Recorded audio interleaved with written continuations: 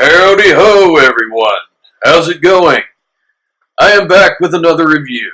This time I'll be reviewing Alien Covenant, a film I've been anticipating for a pretty long while, as I'm a pretty huge fan of the Alien franchise. The last film to be released, Prometheus, was a film I hated at first, but now I just kind of have mixed feelings about. I've developed a newfound admiration for all of the philosophy and religion that Ridley Scott injected into the narrative, but I still can't overlook the fact that the script is overrun with problems. I had really high expectations for this film, since it was supposed to be the film that addresses all of the unanswered questions in Prometheus, and actually opened the door to bridging the gap between Prometheus and the classic Alien films, as well as authentically replicate the atmosphere and white-knuckle terror that Scott skillfully created with the '79 film. Does he succeed with Covenant? No, he does not. This movie is a mess. You know how a bunch of people pointed out how stupid a few of the characters in Prometheus were? Well, this movie takes that stupidity to an epic new level. The movie's plot centers around a group of people who are the crew of a ship called the Covenant, a ship carrying thousands of people with the intent of creating a stable colony on a pre-selected planet that the ship is bound for.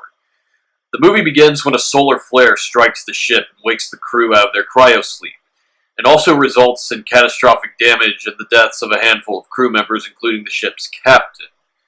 The role of captain is imparted to Oram, played by actor Billy Crudup, who makes the genius decision to explore an unknown planet nearby that the Covenant receives an incoming distress signal from. Now, why is this a bad decision, you may ask?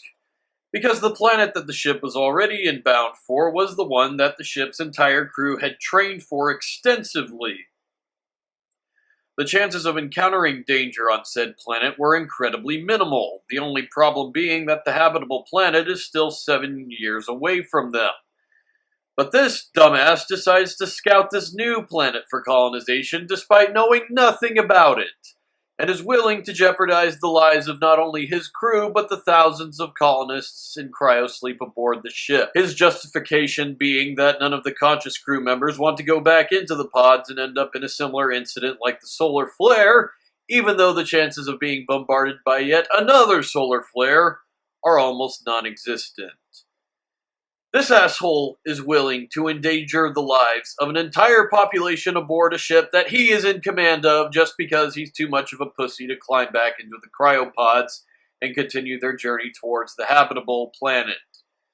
This movie's entire plot is dependent on this one character being a stupid dipshit. It also doesn't help that once the crew touches down on the planet, they completely forego the environmental suits, which end up being the main cause for the death and destruction that follows.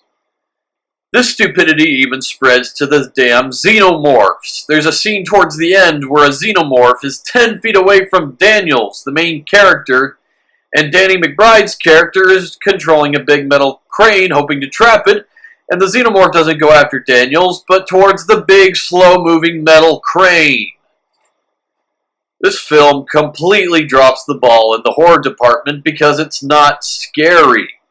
There are clearly scenes that are meant to be scary, but it just doesn't work. The first scene in which we see the albino xenomorph burst out of a guy's spinal cord with the lady scientist trapped in the room is actually more funny than it is scary due to the number of times she falls on the floor because of the blood. I just can't believe that this scene was directed by the same guy who directed the air vent scene in the original Alien, which is one of the most horrifying and suspenseful scenes in movie history. I could go on all day here, but I think the biggest problem with this film is that it has an identity crisis. It doesn't know what it wants to be. It can't figure out if it's trying to be a gothic monster horror film styled after the original Alien, or if it wants to be a psychological and philosophical discovery tale like Prometheus. It's torn between these two styles, and it shows. One scene will have an albino xenomorph murdering someone in horrific, gory fashion, And the scene right after that will have the two android characters playing a flute and having an existential discussion with a heavy dose of innuendo thrown in. These two tones are polar opposites. You can't have both. Pick one. Another thing that I hate is that there are no practical effects as far as the xenomorphs are concerned. It's nothing but CGI, and it's very mediocre CGI as well. It's well known that the Xenos in the original films were all guys in suits, but you see, the filmmakers were aware of this, so they shot and edited the films very meticulously to make the Xenomorphs appear to be these quick, agile, and strong monsters, and not like guys in heavy and hot latex suits awkwardly maneuvering their way around the environment like a Godzilla movie or something.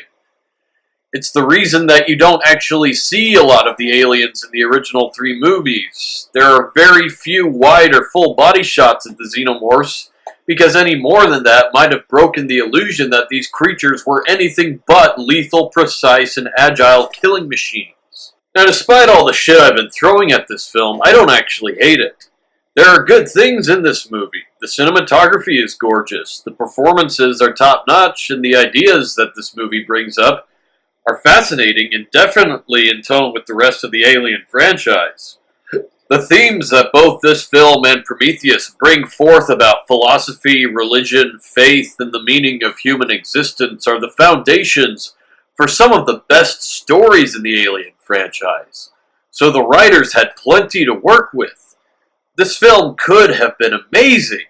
There was potential here for a masterpiece, but it was lost amidst the clusterfuck of all the other half-baked and undeveloped ideas and styles that this movie was trying to achieve. The biggest problem with this film is that it lacks focus. And, at the risk of sounding pretentious, it tried to be too many things at once and resulted in being nothing that was whole. Alien Covenant is what I like to call a beautiful mess. Believe it or not, I can actually find myself rewatching this movie despite its numerous flaws simply due to the cinematography and ideas that it has. I completely understand the complete disdain most people have for this movie and its predecessor, but I feel that these films could have been a lot worse, especially in comparison to the various other film prequels that have been made over the years. That is all for today, everyone. Thank you all for watching, and hunt well.